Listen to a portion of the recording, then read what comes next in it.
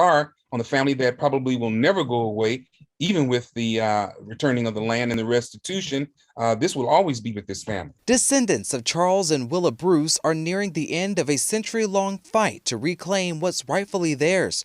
3 acres of coveted beachfront property known as Bruce's Beach in Manhattan Beach, California, worth an estimated $70 million.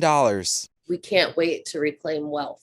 Purchased in 1912 for a little more than $1,200 by the Bruces, the couple used the land to build a business catered to African Americans seeking beach access. It was a place where African Americans could come from all up and down the South Coast, well, actually the entire coast of California. After about 10 years of thriving there as a business, it became very well-to-do people.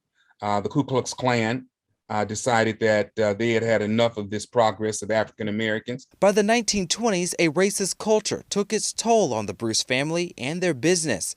The city of Manhattan Beach enacted ordinances making it difficult for the Bruce family to stay in business.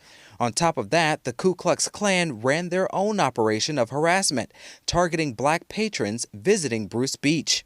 They put up 10-minute parking signs there, so as soon as you park, by the time you walk to the beach, you had a parking ticket.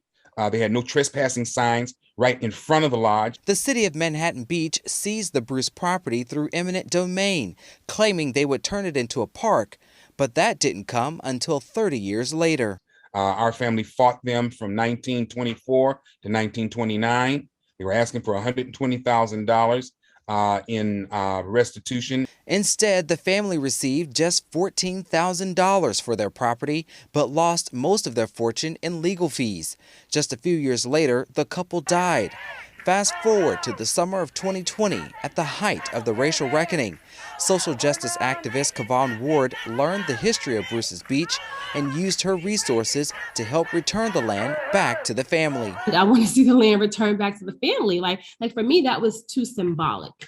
I wanted to move from symbolism to substance, right? Ward teamed with fellow activist Ashanti Martin to create the Where's My Land organization, which helps African Americans organize an effort to reclaim stolen land. Ward says just like a century ago, the city of Manhattan Beach was opposed to relinquishing the land, but after digging through the records, turns out they no longer owned it. The beauty, I think, of this is that the city of Manhattan Beach did not own the parcels of land that was once owned by Charles and Willa Bruce. They gave it to the state, and the state later gave it to the county. That is our saving grace. Los Angeles County Supervisor Janice Hahn threw her full support behind returning the land to its rightful owners. In February of 2021, Senate Bill 796 was introduced, and just last week it was signed into law, which allows the state to release to Los Angeles County to return the land to the Bruce family descendants. Attorneys for the family and Los Angeles County still have to work out a plan that will limit the tax burden, which could cripple the Bruce family descendants who are already tight on cash, says the family spokesman, Chief Dwayne Yellowfeather Shepherd. They would be multimillionaires by now, probably able to help other members of the family overcome the poverty that they are saddled with.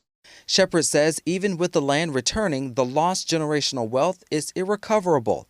This is one of the overarching goals of the activists who helped the Bruce family reclaim stolen land. Of how can we do this on a larger scale, because we know that this is not limited to the Bruce family. Ward and Martin say they've already received numerous requests from black families across the country seeking help to reclaim land. Ward hopes this effort sparks a larger conversation nationally and enhances the reparations argument.